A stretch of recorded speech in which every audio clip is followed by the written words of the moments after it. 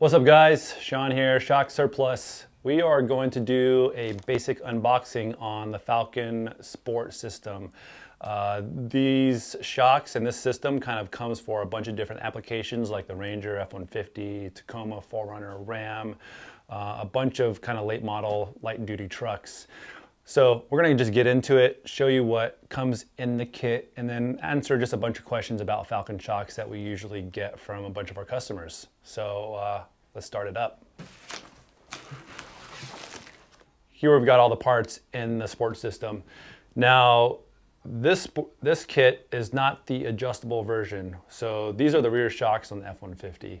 In the tow haul kit, these come with adjustable reservoirs. But basically, in most of these kits, you get the front adjustable height struts, and these have 4 different grooves. Right now, this is on the tallest groove, technically one of the tallest grooves. There's an additional groove even higher that if you have heavier front bumpers, a heavier front winch, and you still want the max height available, then you put it on that little taller groove right there. You could put it on a taller groove if you want and aren't running additional height. So something on these, you get about 2.5 inches on the top ring, and you might get about 2 3/4 on the 4th ring, if that makes sense. Additionally, bump stops go on the shaft just like so. And these are your spring seats. So these, this is the coil spring seat. This is the collar that the seat sits on. It's a beautiful match and mesh as well. So this goes over like so, all the way down and sits on the little circlip. A lot of people ask if that circlip is going to hold up to the weight of the vehicle, and yes, they always do. Extremely, extremely rare if they fail. We've only ever seen one failure on a Bilstein product before, and that was because of a defect. One of the great things about the Falcon systems is everything comes fully complete. Like we said, front and rear bump stops, front and rear strike pads, rear hardware. There's a bunch of hardware here that we don't have pictured. It's all a bunch of nuts and bolts here and there. Front bump stops. Not every system is going to come with front bump stops for the struts, but I believe most do. All of the IFS equipped trucks are going to come with their own spring seats and coil spring collars. And all of them are going to come with 3 to 4 circlip settings as well. Super unique about the rear shocks on the Falcon kits is you'll see here this interesting mount. That is to hold the shock boot. So this boot basically mounts onto here in a fancy way. We're not going to do it right now, but these go over, protect it from debris. Shafts, super beefy, 3/4 inch shafts, I believe. Great stuff all around. We've also got a bunch of questions that we're going to answer here in a little FAQ. So let's dive into that. We're going to do a little frequently asked questions about Falcon shocks that we get from a bunch of our customers. We sell all of these sport systems for all the light duty trucks and mainly a bunch of Jeeps, the Wrangler, the GK, the JL, the Gladiator. So Falcon has a huge range of shocks, especially over the past couple of years. They have a lot more than just these 2.25 inch shock bodies. They've got reservoir versions, adjustable reservoir versions. They also have electronically adjustable reservoir versions. And some of their latest 2.1 shocks, they call these shocks basically their 2.1 series. They have an SP2 mode on a lot of the late model shocks, which allow this shaft to be clocked in different ways to adjust compression and rebound. So super unique stuff coming out of Falcon. They've really upped the game from their previous relationship with which they used to run Fox in all of their previous kits up until probably about 5 or 6 years ago. So let's just dive into the questions. And seeing as how they're so new to the game, a lot of people are kind of unfamiliar, and we get, are Falcon shocks any good? Without going into everything we just did, They are built by Terraflex, and Terraflex has been in the suspension game since I believe the 60s or 70s, building suspension kits. And Terraflex used to use Falcon Shocks in most of their kits, and those were kind of custom tuned Fox 2.0 shocks and 2.0 reservoir shocks that matched up with their Jeep suspension kits. Up until about 5-6 years ago, someone can correct me if I'm wrong there, they brought all of their manufacturing in-house, which is in Utah. So made in America. They upped the game from a 2.0 shock to a 2.25 inch body, still aluminum built. The end caps and mounts are noticeably and arguably better than what Fox has on their parts. Shafts, I believe, are slightly bigger than Fox on the 2.0. Fox's 2.0 shocks use a 5/8 shaft, and these 2.25 inch bodies use a 3/4 inch shaft. So Falcon really tried to up the game in a bunch of different areas when they came out with their Falcon shocks. Let's see, which shocks are better, Falcon or Fox? So seeing as the previous relationship with Terraflex and Fox, seeing the new addition of Falcon parts, a lot of the forum feedback and a lot of our own feedback that we get from comparing Fox and Falcon is that Falcon is a bit firmer than like a Fox 2.0 shock. From our own experience, we can see how the Fox 2.0 is a little bit softer and maybe could be termed a little bit squishier. Both Fox and Falcon are going to give you better handling on the everyday drive, but Falcon is probably a little bit more, +1 or +2 in the handling department compared to a Fox 2.0. So if your main concern is kind of comfort and a softer, plushy ride, a little bit of a squishier ride on the daily drive over bumps, potholes, driveways and whatnot, we typically recommend a Fox 2.0 over the Falcon setup. It's super subjective, right? So if you like a tighter handling vehicle, but you still want some off-road prowess, Falcon's probably your best bet. If you want a little bit of just a basic upgrade, you still want a pretty comfortable, soft ride on your daily drive with still some good off-road handling manners, then the Fox 2.0s are probably going to be your best bet. The next question we always get, or we always see a lot, or the feedback is, are Falcon shocks stiff? Back to that previous question. Stiff is, super subjective. What you might call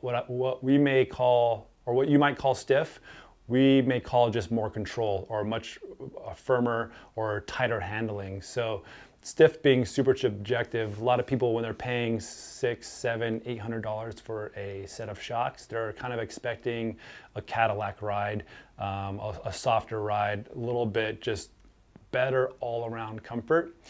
But what kind of they don't realize is that in most performance shocks, in most performance packages, if you have a softer, squishy ride, you kind of sacrifice high-speed control, off-road control, and whatnot. So someone like Falcon is really trying to tune for the best of both worlds.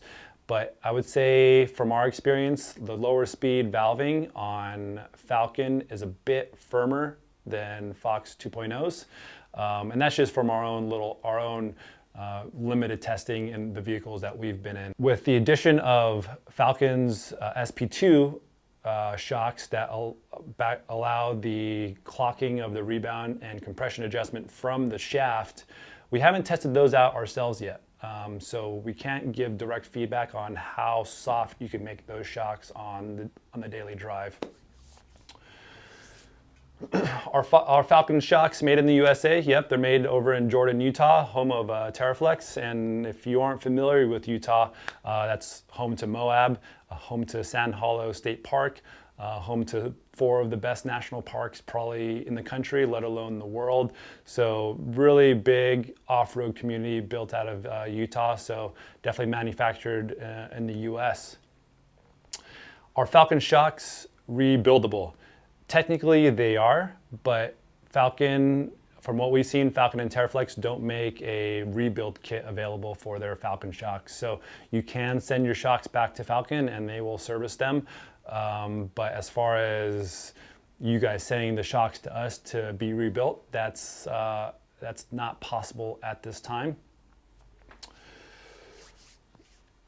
How does the adjustability on Falcon shocks work? I don't have an adjustable version of the shocks here, but just like other, well, we'll cue it up on screen here, but Falcon has their 3.3, 3.4, and 3.5 adjustable shocks. And the 3.2 adjustables are a small, more refined dial.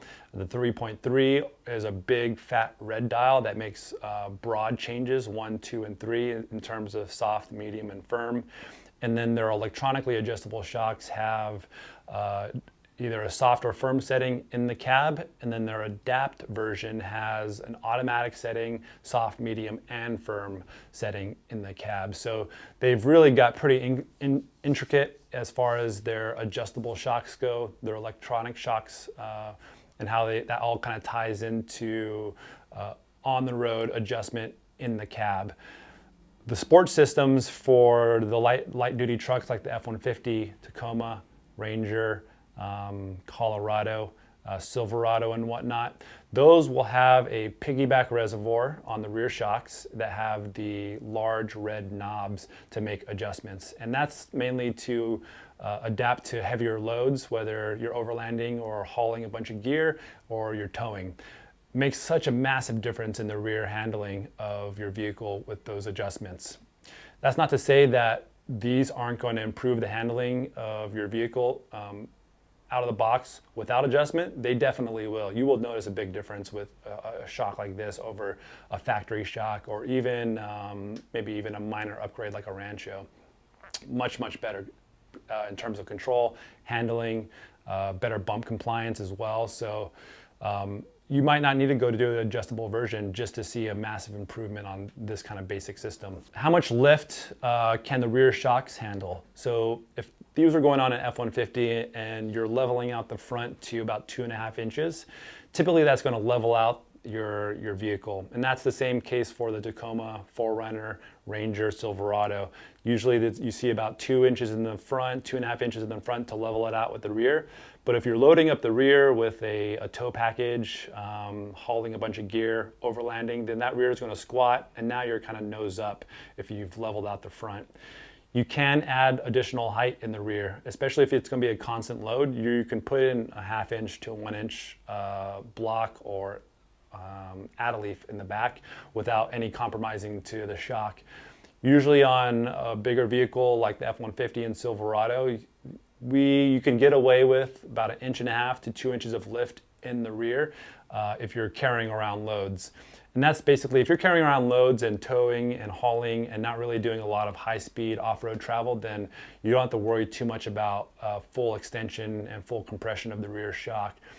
So 1.5 inches, 2 inches of rear lift, these shocks can accommodate that as long as you're not high-speed off-roading to where the shock travel really starts coming into play. If you have any questions on that, on your specific application, hit us up in the comments. I know that's sometimes confusing, but we'd like to kind of explain further, especially with your specific kind of needs. Do the front struts come pre-assembled? These do not come pre-assembled because they are going to reuse your factory coil spring. So you're going to basically unassemble your factory strut tower, put your factory coil springs on this unit, take your factory strut mount and mount it on top, fully assemble it with a coil spring compressor and all that jazz, and then put this into the vehicle. So we sometimes can pre-assemble strut units if we have an aftermarket spring or if we acquire factory springs for you. If that's something you're looking for, hit us up in the comments or support us shocksurplus.com and we can see if we can make it happen for you. Do I need new upper control arms to run the Falcon Sport system? So you do not need to.